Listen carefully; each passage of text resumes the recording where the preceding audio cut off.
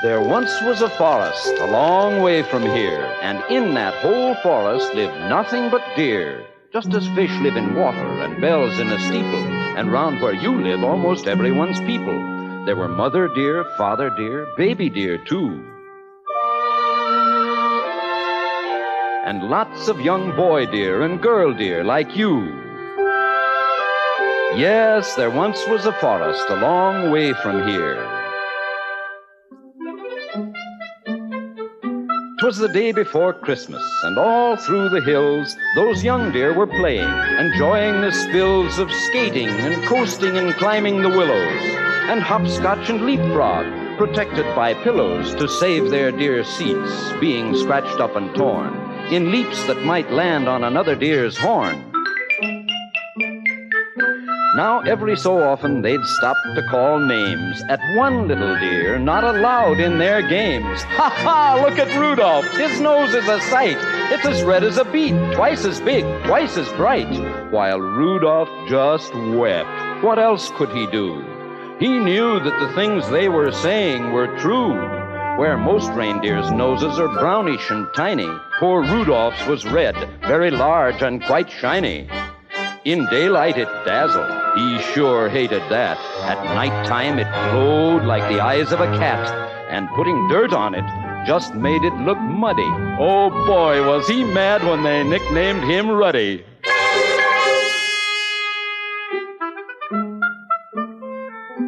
Although he was lonesome, he always was good, obeying his parents as good reindeer should.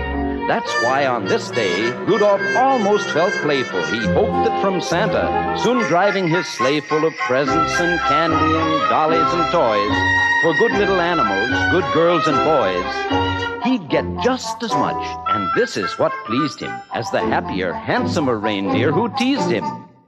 So as night and a fog hid the world like a hood, he went to bed hopeful. He knew he'd been good.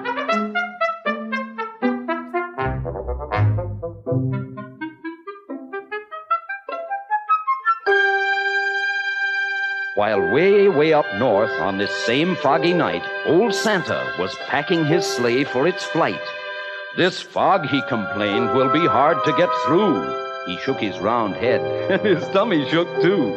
Without any stars or a moon as our compass, this extra dark night is quite likely to swamp us. To keep from collisions, we'll have to fly slow. To keep our direction, we'll have to fly low.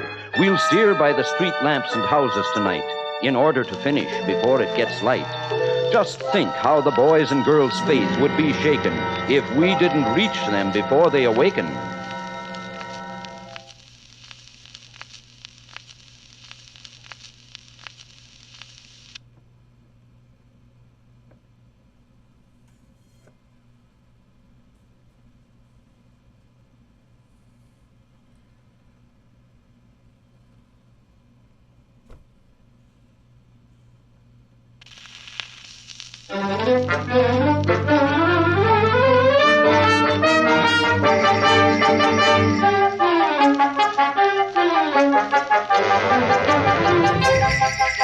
Come Dasher, come Dancer, come Prancer and Vixen, come Comet, come Cupid, come Donner and Blitzen. Be quick with your suppers, get hitched in a hurry. You too will find fog a delay and a worry. And Santa was right, as he usually is. The fog was as thick as a soda's white fizz. Just not getting lost needed all Santa's skill, with street signs and numbers more difficult still. He tangled in treetops again and again, and barely missed hitting a four-motored plane. He still made good speed with much twisting and turning, as long as the street lamps and house lights were burning. At each house, first noting the people who lived there, he'd quickly pick out the right presents to give there.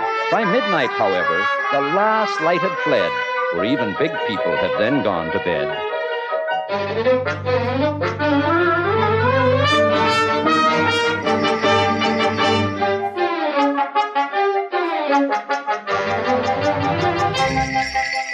Because it might wake them, a match was denied him. Oh my, how he wished for just one star to guide him.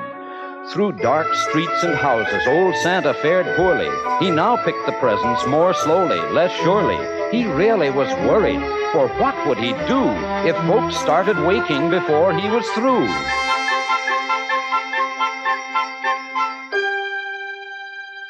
The air was still foggy, the night dark and drear, when Santa arrived at the home of the deer. A ledge that he tripped on while seeking the chimney gave Santa a spill and a painfully skinned knee. The room he came down in was blacker than ink. He went for a chair and then found it a sink. The first reindeer bedroom was so very black, he tripped on the rug and fell flat on his back.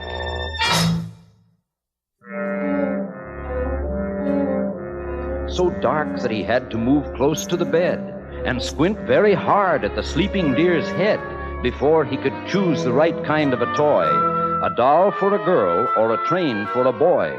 But all this took time and filled Santa with gloom, while slowly he groped toward the next reindeer's room. The door he'd just opened when, to his surprise, a dim but quite definite light met his eyes. The lamp wasn't burning.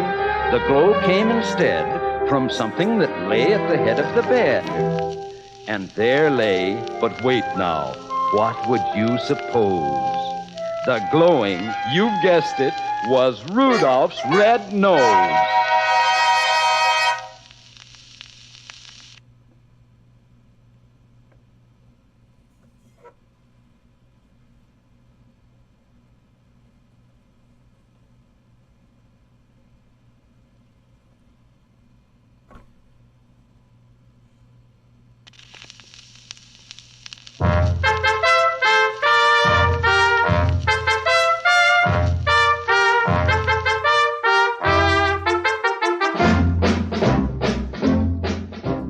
This room was easy. This one little light let Santa pick quickly the gifts that were right. How happy he was till he went out the door. The rest of the house was as dark as before, so black that it made every step a dark mystery. But then came the greatest idea in all history. Santa went back to Rudolph and started to shake him, of course very gently, in order to wake him. And Rudolph could scarcely believe his own eyes.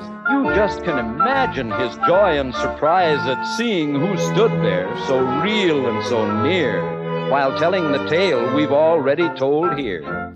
Poor Santa's sad story of dark and delay, the fog and the blackness and losing the way, the horrible fear that some children might waken before his complete Christmas trip had been taken. And you, he told Rudolph, may yet save the day. Your wonderful forehead may yet pave the way for a wonderful triumph. It actually might. Old Santa, you notice, was extra polite to Rudolph regarding his wonderful forehead. To call it a big shiny nose would sound horrid.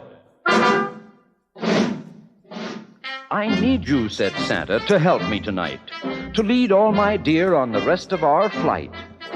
And Rudolph broke out into such a big grin it almost connected his ears and his chin. A note to his folks he dashed off in a hurry. I've gone to help Santa, he wrote. Do not worry, said Santa, my sleigh I'll bring down to the lawn. You'd stick in the chimney, and flash, he was gone.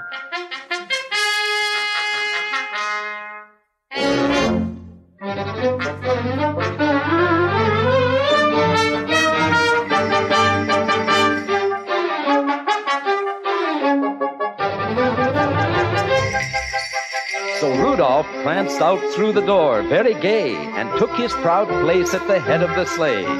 The rest of the night, well, what would you guess? Old Santa's idea was a brilliant success, and brilliant was almost no word for the way that Rudolph directed the deer and the sleigh. In spite of the fog, they flew quickly and low, and made such good use of the wonderful glow from Rudolph's forehead at each intersection that not even once did they lose their direction, while as for the houses and streets with a sign on them, they merely flew close so that Rudolph could shine on them. To tell who lived where and just what to give whom, they'd fly by each window and peek in the room.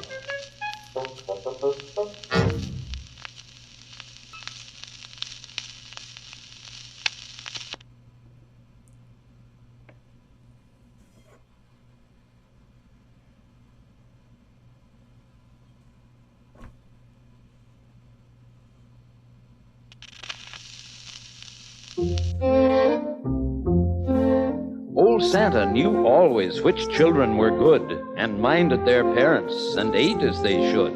So Santa selected the gift that was right, while Rudolph's forehead gave just enough light. It all went so fast that before it was day, the very last present was given away. The very last stocking was filled to the top, just as the sun was preparing to pop. The sun woke the reindeer in Rudolph's hometown. They found the short message that he'd written down, then gathered outside to await his return. And were they excited, astonished to learn that Rudolph, the ugliest deer of them all, Rudolph the red-nosed, bashful and small, the funny-faced fellow they'd always called names and practically never allowed in their games, was now to be envied by all far and near. For no greater honor can come to a deer than riding with Santa and guiding his sleigh, the number one job on the number one day.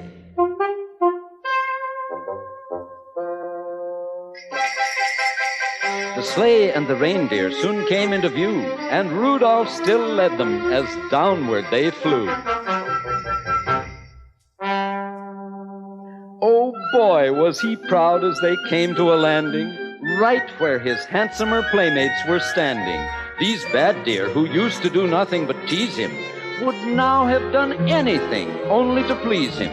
They felt even sorrier they had been bad when Santa said, "Rudolph, I never have had a deer quite so brave or so brilliant as you at fighting black fog and at guiding me through. By you, last night's journey was actually bossed. Without you, I'm certain we'd all have been lost. I hope you'll continue to keep us from grief on future dark trips as Commander-in-Chief." But Rudolph just blushed from his head to his toes until his whole fur was as red as his nose. The crowd first applauded, then started to screech, "Hooray for our Rudolph, and we want a speech!" But Rudolph was bashful, despite being a hero, and tired. His sleep on the trip totaled 0. So that's why his speech was just brief and not bright. Merry Christmas to all, and to all a good night. And that's why, whenever it's foggy and gray, it's Rudolph the Red-Nosed who guides Santa's sleigh. Be listening at Christmas, but don't make a peep, 'cause that late at night, children should be asleep.